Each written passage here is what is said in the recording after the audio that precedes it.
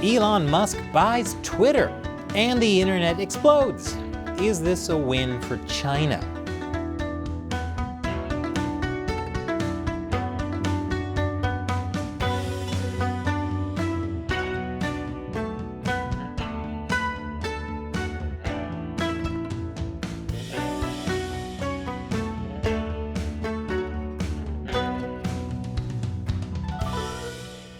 Welcome to China Uncensored, I'm Chris Chappell.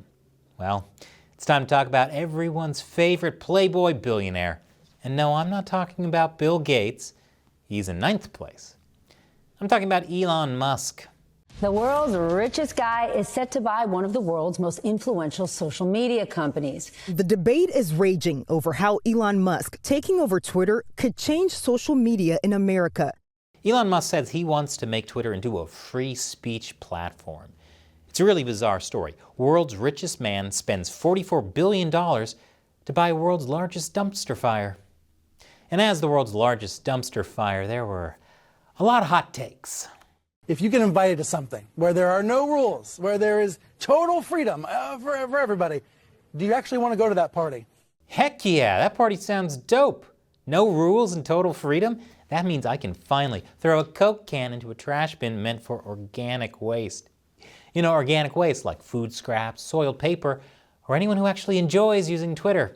If you own all of Twitter or Facebook or what have you, you don't have to explain yourself. You don't even have to be transparent. You could secretly ban one party's candidate or all of its candidates, all of its nominees, or you could just secretly turn down the reach of their stuff and turn up the reach of something else, and the rest of us might not even find out about it till after the election.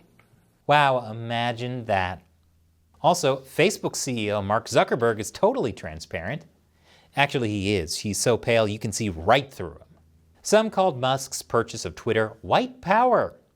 Yes, Twitter is so much better when Saudi Arabian princes are a major shareholder.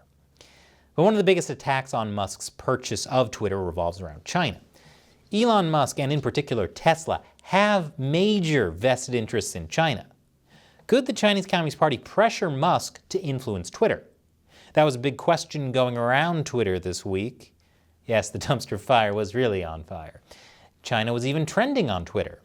Yes, China was trending not for harvesting the organs of prisoners of conscience, but as a way to attack Elon Musk. Leading the charge is world's second richest man and 11th favorite billionaire playboy, Jeff Bezos. He tweeted, "Did the Chinese government just gain a bit of leverage over the town square?" Okay, first of all, Jeff Bezos criticizing someone's connections to China is even richer than he is. That theory is the only thing Jeff Bezos is selling that isn't made in China. His company is literally using Chinese suppliers with ties to forced labor. And Amazon has even partnered with a Chinese propaganda arm. In fact, Amazon has done so many shady things related to China, we did a whole episode on that. I'll put a link to it in the description below. And Jeff Bezos also owns the Washington Post. Could China pressure him to change the Washington Post's reporting? It's happened before. Bloomberg News has censored their own China coverage in the past. Bloomberg is, of course, owned by billionaire Michael Bloomberg. China's influence over American billionaires is a serious concern. The richest guy in the world owns Twitter and has business interests in China. The second richest guy owns the Washington Post and Amazon and has business interests in China. The fourth richest guy, Bill Gates, owns just about everything and has business interests in China. That's why the ladies love him.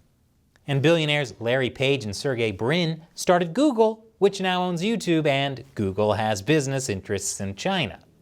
China's connection to them and their impact on free speech should be a concern to everyone. And not just to brave men criticizing China on YouTube who get demonetized for it all the time. Anyway, the point is Elon Musk is not unique among billionaires who have vested interests in China.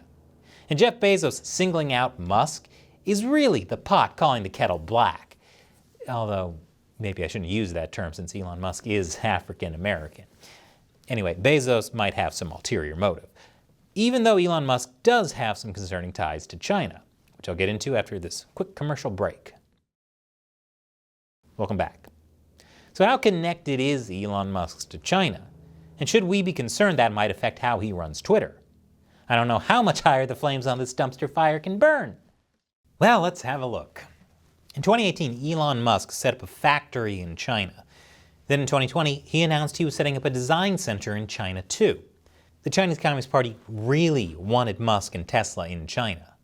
Tesla was the first foreign car maker to open a wholly owned factory in China, where the government has showered the company with tax breaks and cheap loans. Tesla even opened a showroom in Xinjiang, you know, where all the genocide is happening. That's gotta make selling cars kind of difficult. Check this baby out. This engine is so quiet, you can hear the screams of Uyghurs being tortured miles away. Plus, the car has a whoopee cushion sound effect. Isn't that neat? China is now Tesla's second biggest market. And you know how everyone loves how environmentally friendly and green Teslas are? Well, a lot of Tesla's electric batteries are made by Chinese companies, which get their components from all sorts of shady places, like child mines in Africa. The only thing green about these Chinese battery companies is the money they invested to make people look the other way. And while Musk has championed himself as a renegade free speech advocate, he's also been a cheerleader for the Chinese Communist Party. On the 100-year anniversary of the founding of the Chinese Communist Party, he tweeted, "The economic prosperity that China has achieved is truly amazing, especially in infrastructure. I encourage people to visit and see for themselves." Although I wouldn't recommend it if you're criticizing China on YouTube. Then your visit becomes a permanent vacation. My favorite Chinese state-run media, the Global Times, loved Musk praising the CCP. But gosh, it'll be kind of hard to go and see China's prosperity ourselves since China is under COVID lockdowns. And speaking of, Musk was a vocal critic of US COVID policies. But when Shanghai authorities temporarily shut down Tesla's Gigafactory because of China's COVID policies, he was mum on that. Calling the US government fascist while in bed with the Chinese Communist Party is like the pot calling the kettle African American. Now, China has a long history of applying pressure to Western companies operating in China. China used economic blackmail on Zara, Marriott, Delta Airlines, and many others over Taiwan. And the Chinese Communist Party does care about Twitter. Even though the party banned it back in 2009, the Chinese Communist Party operates an army of Twitter bots to spread propaganda overseas. These Twitter bots are almost as fake as everyone on Facebook and Instagram pretending their lives are as perfect as they seem to be. The more inspirational quotes you post, the more depressed you are. Now, while Elon Musk has talked about the importance of free speech on Twitter, he's also talked about fighting bots like the kind the Chinese Communist Party uses. So the question is, will Tesla's interests in China affect how Musk operates Twitter? Well, despite a lot of the China controversy started in part by Jeff Bezos, Bezos himself doesn't seem to think so. Bezos later tweeted, "My own answer to this question is probably not. The more likely outcome in this regard is complexity in China for Tesla rather than censorship at Twitter. But my biggest question is, I have 65,000 followers on Twitter, and I have never been able to get verified with a blue check mark. Elon, baby, help a guy out." And we cannot make this show without your support. So as a thank you to everyone who contributes on either the crowdfunding platform Patreon or our exclusive social media community on Locals, we'll answer one of your questions. Today's question comes from Denise C. on Patreon. The CCP seems so conflicted. On the one hand, they want to weaken and destroy America, while simultaneously weakening and destroying their own country. Could Xi Jinping secretly be China's Gorbachev? You know, actually, the CCP is terrified of there being a Chinese Gorbachev. The party blames him for the Soviet Union's collapse. Xi Jinping has criticized Gorbachev multiple times. The question is Xi Jinping, whatever his goals are, going to bring down the CCP anyway?